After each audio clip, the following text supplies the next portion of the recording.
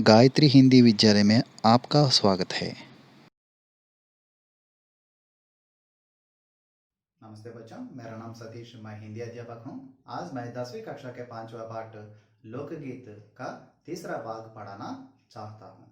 पाठ के संबंधित मैं कुछ प्रश्न पूछना चाहता हूँ। लोकगीत निबंध के कवि कौन है? श्री भगवत शरण उपाध्याय। भगवत शरण उपाध्याय का जन्म कब हुआ? 1910 माने 1910। निबंध का क्या अर्थ है? निबंध का अर्थ है बांधना। आज हम इस पाठ के द्वारा निबंध कितने प्रकार के हैं और भारत देश में किस प्रांत में किस प्रकार का गीत गाए जाते हैं, इन सभी विषयों के बारे में इस कक्षा में जानेंगे। किताब खोलकर देखिए और सुनिए। अगर कोई शंका होते तो गूगल क्लासरूम में पोस्ट कीजिए।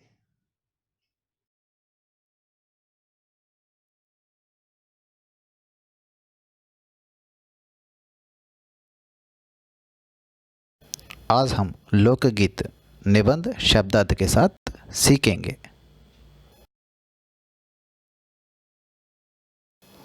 बच्चों, यहाँ सुनिए। वास्तविक लोकगीत देश के गांवों और देहातों में है। इनका संबंध देहात की जनता से है। बड़ी जान होती है इनमें। चैता, कजरी, बारहमासा, सावन आदि मिर्ज़ापुर, बनारस और उत्तर प्रदेश के पूर्वी जिलों और बिहार के पश्चिमी जिलों में गाए जाते हैं। बाउल और बतियाली बंगाल के लोकगीत है। वास्तविक लोकगीत देश के गांवों और దేహాతో है। అంటే వాస్తవానికి ఈ జానపద గీతాలు అంటే ఈ లోక గీతాలు దేశంలో గావం और దేహాతం దేహాత్ అన్నా కూడా గ్రామమే అంటే గ్రామ ప్రాంతాల వారివి ఈ లోక గీతాలన్నీ కూడా అని అర్థం। इनका संबंध देहात की जनता से है। बड़ी जान होती है इनमें అంటే వీటి సంబంధం అంటే ఇవన్నీ కూడా విలేజ్ పీపుల్ అంటే వాళ్ళ లైఫ్ స్టైల్ విలేజ్ పీపుల్కి సంబంధించి వాళ్ళ ప్రాణం కింద భావిస్తారు ఈ పాటలన్నీ కూడా। అలాగే चैता, कजरी, बारहमासा, सावन आदि मिर्ज़ापुर, बनारस और उत्तर प्रदेश के पूर्वी जिलों और बिहार के पश्चिमी जिलों में गाए जाते हैं। అలాగే చైతా అంటే చైత్రమని, బారహమాస అంటే 12 నెలలు, సావన్ అంటే శ్రావణ మాసం, ఇవన్నీ కూడా జానపద గీతాలని చెప్పొచ్చు। ఇవన్నీ ఎక్కడ పాడతారట? మిర్జాపూర్, బెనారస్, తూర్ప్ और ఉత్తరప్రదేశ్ అంటే ఈస్ట్ ఉత్తరప్రదేశ్ అంటే మిర్జాపూర్, బెనారస్ మరియు ఈస్ట్ ఉత్తరప్రదేశ్లో మరియు బీహార్ పశ్చిమి జిల్లా అంటే వెస్ట్ బీహార్లో కూడా ఈ పాటలన్నీ కూడా పాడుతూ ఉంటారు। బావుల్ और బతియాలి బెంగాల్ కే లోకగీత హై। ఇక్కడ బావుల్ और బతియాలి ఈ రెండు కూడా బెంగాల్కి చెందిన పాటలు అంటే పాటల తాలూకు పేర్లని మనం చెప్పచ్చు।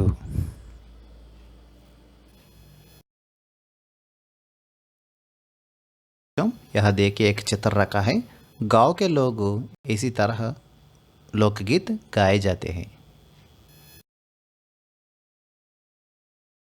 कुछ शब्दार्थ दे दिया है, देखिए एक बार। देहाती विलेज, वास्तविक जेन्यून, चाव पैशन।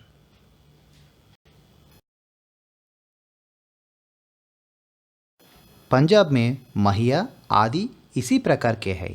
हेरा रांझा, सोहनी महिवाल संबंधी गीत पंजाब में और डोला मारू आदि के गीत राजस्थानी में बड़े चाव से गाए जाते हैं। అంటే పంజాబ్లో మహియా పాటలు కూడా ఈ పాటలకు చెందినవే। అంటే ఇంతకుముందు మనం చెప్పుకున్నాం కదా, చైతా, కజరీ, బారహమాసా, సావన్, మీర్జాపూర్, బెనారస్లో ఎలాగైతే పాడతారో పంజాబ్లో మహియా అనే పాటలు కూడా అలాంటి పాటలే, అంటే అలాగే పాడతారు। హీరా రాంజా, సోహని महिवाल संबंधी गीत पंजाब में అంటే పంజాబ్లో హీరా రాంజా, సోహని महिवाल అనే పాటలు పాడతారు।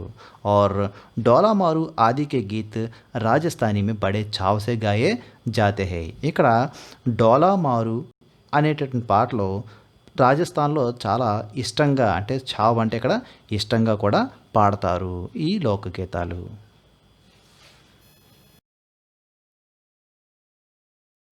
बच्चों, हमारे देश में अनेक प्रकार के लोकगीत गाए जाते हैं। इनके संबंधित एक चित्र रखा है, देखिए। बच्चों यह देखिए, इन देहाती गीतों के रचयिता कोरी कल्पना को इतना मान ना देकर अपने गीतों के विषय रोज़मर्रा के बहते जीवन से लेते हैं, जिससे वे सीधे मर्म को छू लेते हैं। उनके राग भी साधारणतः पीलू, सारंगा, दुर्गा, सावण, सोरठ आदि है। कहरवा, बिरहा, दोबिया आदि देहात में बहुत गाए जाते हैं और बड़ी भीड़ आकर्षित करते हैं। इन देहाती गीतों के रचयिता कोरी कल्पना को इतना मान ना देकर अपने गीतों के विषय रोज़मर्रा के बहते जीवन से लेते हैं। అంటే ఇన్ దేహాతి గీతం కే రచయిత అంటే ఈ గ్రామీణ ప్రాంతాల పాటలు రచయితలు అంటే ఈ పాటలు రాసేవాళ్ళు. ఇక్కడ కోరి అంటే ఒక ఊహ అంటే కల్పన. కోరి కల్పనకు ఇతనా మాన్నా దేకర్ అంటే వాళ్ళ ఊహలకి ఇతనా మాన్నా దేకర్ అంటే ఎక్కువగా ఇంపార్టెన్స్ ఇవ్వకుండా అపని గీతంకే విషయ్ అంటే వాళ్ళ ఊహలకంటే వాళ్ళ మైండ్లో ఆలోచించేటువంటి ఆలోచనలకు ఇంపార్టెన్స్ ఇవ్వకుండా రోజువారీ జీవితానికి రోజుమర్రా జీవన్కే బహతే జీవన్ సే లేతే అంటే రోజువారీ జీవితంలో జరుగుతున్నటువంటి ఇన్సిడెంట్స్ అంటే రోజువారీ జీవితంలో జరుగుతున్న ఏవైతే విషయాలు కానీ వాళ్ళ పనులు కానీ ఏవైతే ఉంటాయో వాటిని తీసుకుని పాటల కింద రాయడం జరుగుతూ ఉంటుంది. జిస్సే వే సీదే మర్మకో చూలేతే అంటే మనం నిత్యం రోజువారీ జీవితంలో జరిగే విషయాల గురించి రాయడం వల్ల అవి మనల్ని స్పృశిస్తాయి అంటే హత్తుకుంటాయి. ఆ పాటలు మనం వెంటనే వాటిని మనం క్యాచ్ చేయగలం. ఎందుకు? మన నిత్య జీవితంలో జరుగుతున్న విషయాల గురించే పాటల రూపంలో రాయడం జరుగుతుంది కాబట్టి అందుకే వీటిని జానపద గీతాలు అని అంటున్నాం. ఉనికి రాగ్ బి సాధారణత అందువల్ల ఆ పాటలు కూడా సాధారణంగా కొన్ని రాగాల్లో ఉంటాయి. ఆ రాగాల పేర్లు కూడా ఇక్కడ ఇచ్చాడు చూడండి. పీలు, సారంగా, దుర్గా, సావణ్, సోరట్ ఇవన్నీ కూడా ఆ పాటలు రాసేటటువంటి కొన్ని రాగాల పేర్లు. అంటే ఈ రాగాల్లో ఆ పాటలన్నీ కూడా రాయడం జరుగుతూ ఉంటుంది. కహరవా, బిరహ, దోబియా ఆది దేహాత్ మే గాయే జాతే హై అంటే ఈ కహరవా, బిరహ, దోబియా అనేవి పల్లెల్లో ఎక్కువగా పాడుతుంటారు. అంటే ఇవి దేహాత్మే బహుత్ గాయే జాతే హై అంటే పల్లెల్లో ఎక్కువగా పాడుతుంటారు ఈ పాటలన్నిటినీ.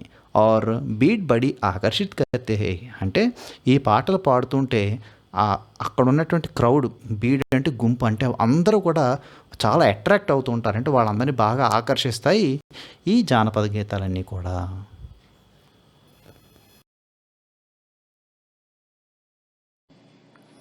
बच्चों यहाँ कुछ शब्द दे दिया है देखिए. कोरी इमेजिन, आकर्षण अट्रैक्ट, रोजमर्रा डेली लाइफ, मर्म हॉट. बच्चों यहाँ देखिए, इनकी भाषा के संबंध में कहा जा चुका है कि ये सभी लोकगीत गांवों और इलाकों की बोलियों में गाए जाते हैं. इसी कारण ये बड़ी आह्लादकर और आनंददायक होते हैं.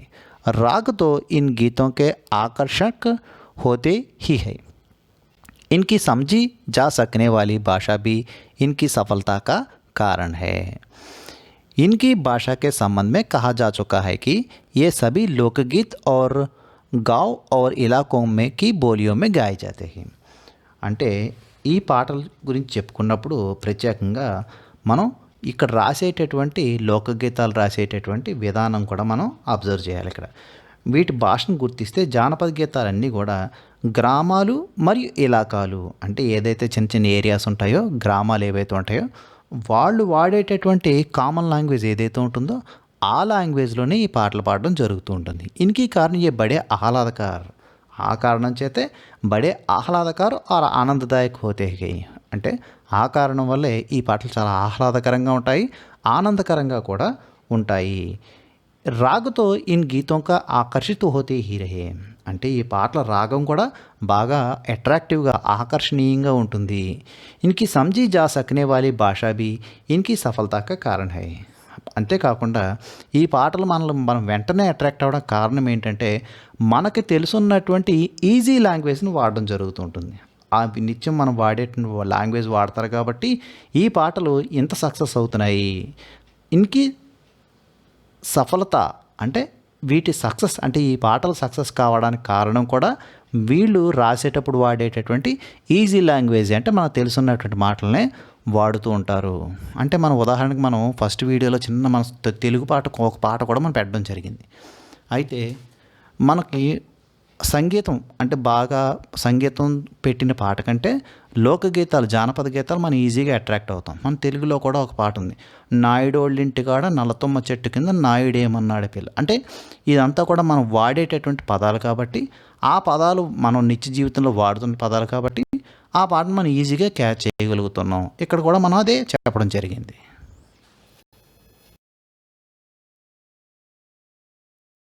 यह कुछ शब्दात दे दिया है, देखिए एक बार। छू टचिंग, बीड क्राउड, इलाकों एरियास, सफलता सक्सेस।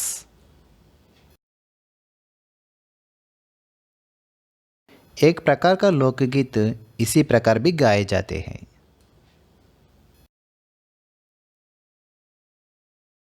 बच्चों यह देखिए, भोजपुरी में करीब 30-40 बरसों विदेशिया का प्रचार हुआ। गाने वालों के अनेक समूह इन्हें गाते हुए देहात में फिरते हैं। उधर के जिलों में विशेषकर बिहार में विदेशिया से बढ़कर दूसरे गाने लोकप्रिय नहीं हैं। इन गीतों में अधिकतर रसिक प्रियाओं और प्रियाओं की बात रहती है। परदेशी प्रेमी की और इनसे करुणा और विरह का रस बरसता है। भोजपुरी में करीब 30-40 बरसों से విదేశీయ का ప్రచార్ హువా।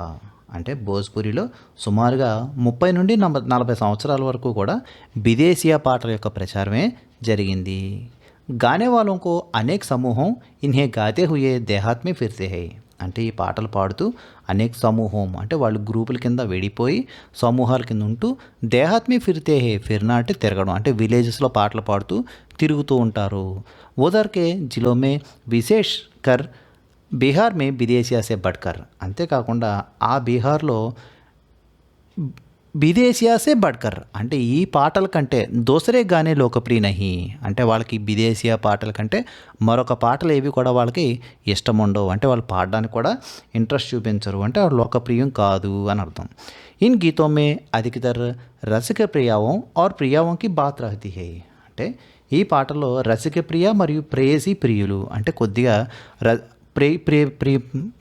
ప్రియుడు ప్రేయసి మధ్యలో ఉండేటి కొన్ని విషయాలు ఏవైతే ఉంటాయో వాటికి సంబంధించినటువంటి కొన్ని రొమాంటిక్ టచ్ ఉన్నటువంటి పాటలు కూడా ఈ విదేశీయ పాటల్లో ఉంటాయి, బీహార్ ప్రాంతంలో పాడుతూ ఉంటారు।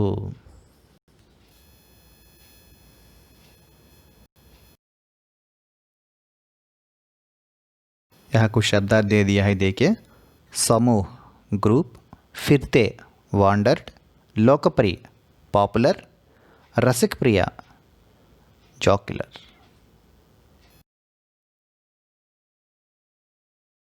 बच्चों यहाँ देखिए, जंगल की जातियाँ आदि के भी दल गीत होते हैं जो अधिकतर बिरहा आदि में गाए जाते हैं। पुरुष एक ओर और स्त्री दूसरी ओर एक दूसरे के जवाब के रूप में दल बांधकर गाते हैं और दिशाएं गूंजा देता है। पर इधर कुछ काल से इस प्रकार का दलीय गायन का ह्रास हुआ है। जंगल की जातियाँ आदि के भी दल गीत होते हैं, అంటే జంగల్ కి జాతీయ ట్రైబల్ ఏరియా ఆటవిక జాతులు అలాంటి వాళ్ళకు కూడా ఇలాంటి జానపద గీతాలు ఉన్నాయి। అధికతర్ బిరహ ఆమె గాయ జాతే హై, ఆ పాటలు కూడా ఎక్కువగా బిరహ అనేటువంటి పాటలు ఎక్కువగా పాడడం జరుగుతూ ఉంటుంది। పురుష్ ఏక్ ఓర్ స్త్రీయా దోసరి ఓర్, అంటే పురుషులందరూ అంటే మేల్ అంతా ఒకవైపు ఫిమేల్ అంతా ఒకవైపు కూర్చుని అంటే రెండు గ్రూపుల కింద విడిపోతారు వాళ్ళు। ఏక్ దోసరేకే జవాబ్ మే అంటే ఒకళ్ళు పాట రూపంలో అడుగుతూ ఉంటారు, అంటే పురుషులు ఒక పాట రూపంలో క్వశ్చన్ అడిగితే దానికి స్త్రీలు అందరూ ఇంకో గ్రూప్ కింద ఉండి సమాధానం కూడా పాట రూపంలో చెప్తూ ఉంటారు। అంటే ఈ రకంగా పాడుకుంటూ కూడా వాళ్ళు ఏం చేస్తారంటే और దిశాయే గూంజ్ దేతే హై, అంటే వాళ్ళు అలా పాటలు పాడుకునేటప్పుడు దిక్కులన్నీ కూడా ప్రతిధ్వనిస్తాయి, అంటే వాళ్ళు అంత ప్రతిధ్వనించి అంత గొప్పగా పాటలు పాడుకుంటూ ఉంటారు। అంటే ఒక స్త్రీలకి పురుషులు బదులు ఇచ్చినట్లుగా జవాబు చెప్పినట్లుగా పాటలు పాడుకుంటూ ఉంటారు। पर इधर कुछ काल से इस प्रकार के दलीय गायन ह्रास हुआ है। హాస్ హువా అంటే తగ్గిపోవడం, అంటే కానీ ఈ మధ్యకాలంగా అంటే కొంతకాలంగా ఇలాంటి దళీ అంటే గుంపు అంటే క్రౌడ్ గ్రూపులు అంటే ఇలాంటి గ్రూపులతో పాడుకునేటటువంటి పాటలు ఈ మధ్యన కొంతకాలం నుంచి ఇక్కడ తగ్గిపోయాయి అని చెప్పొచ్చు।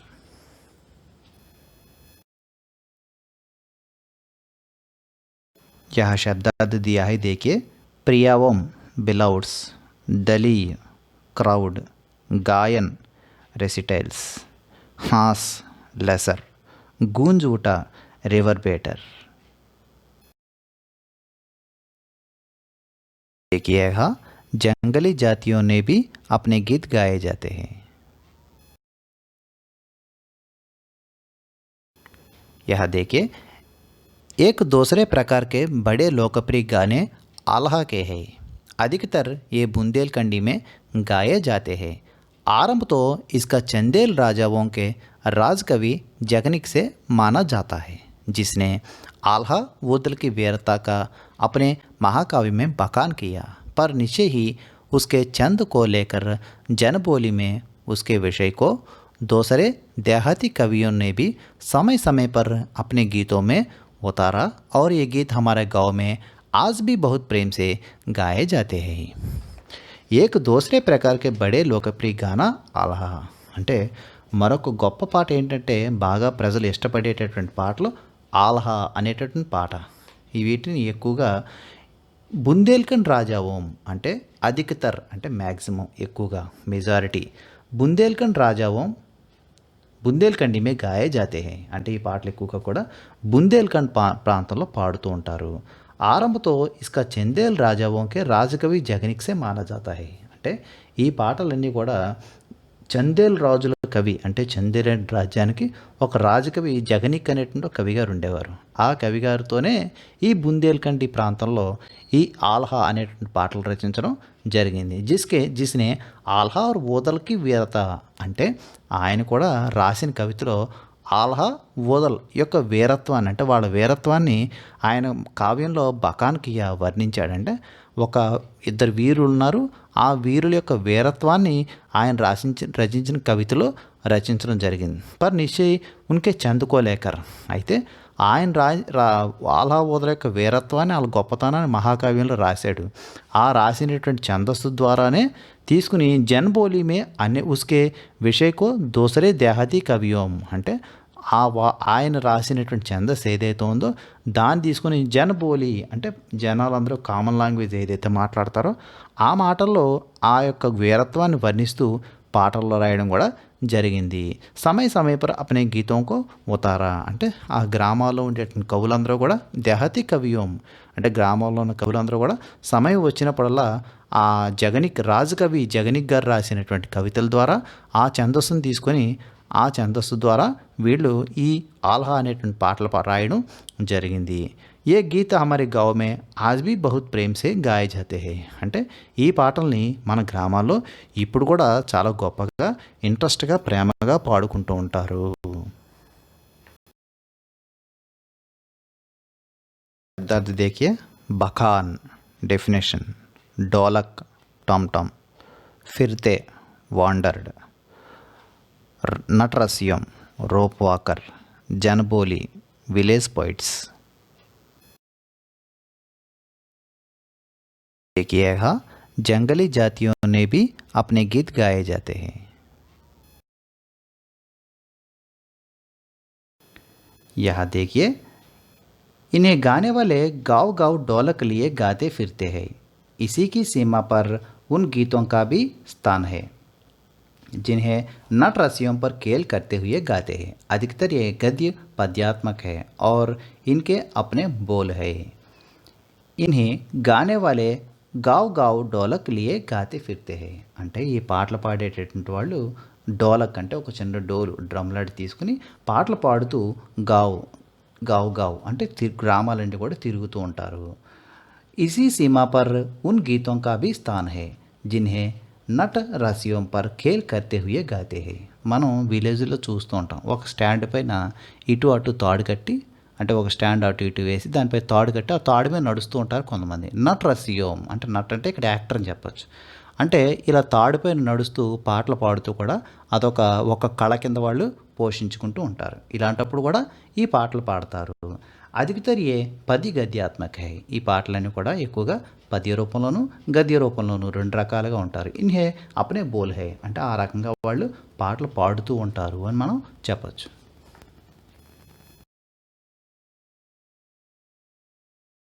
बच्चों, యహ దేఖియే నట రస్సియోం పర్ అంటే ఒక తాడు పైన కట్టి ఆడుతూ పాటలు పాడతారని చెప్పాం కదా, దానికి సంబంధించిన ఒక చిత్రం పెట్టాను చూడండి ఇక్కడ.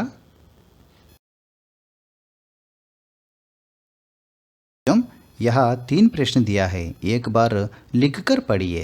पहला प्रश्न, वास्तविक लोकगीत कैसे है? दूसरा प्रश्न, 12 मासा लोकगीतों के बारे में आप क्या जानते हैं? तीसरा, विदेशी लोकगीतों के बारे में आप क्या जानते हैं? इन 3 प्रश्न एक बार लिखकर पढ़िए.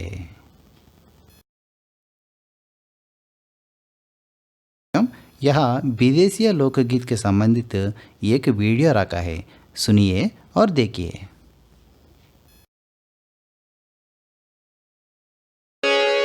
बांधी के पगड़िया रगड़िया मचावतारा, बांधी के पगड़िया रगड़िया मचावतारा, कवना नगरिया के भवन बटोहिया, कवना नगरिया के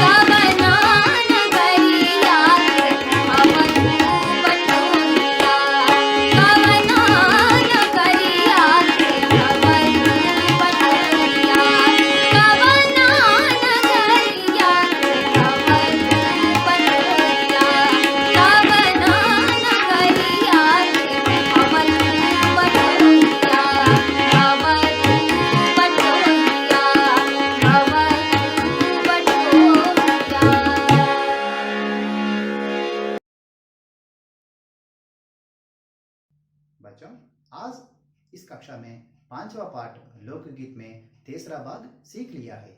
आने वाले कक्षा में बाकी निबंध सीखेंगे। आज इस कक्षा में मैं कुछ प्रश्न दे दिया है, एक बार लिखते हुए पढ़िए। ये परीक्षा के लिए बहुत उपयोगी है।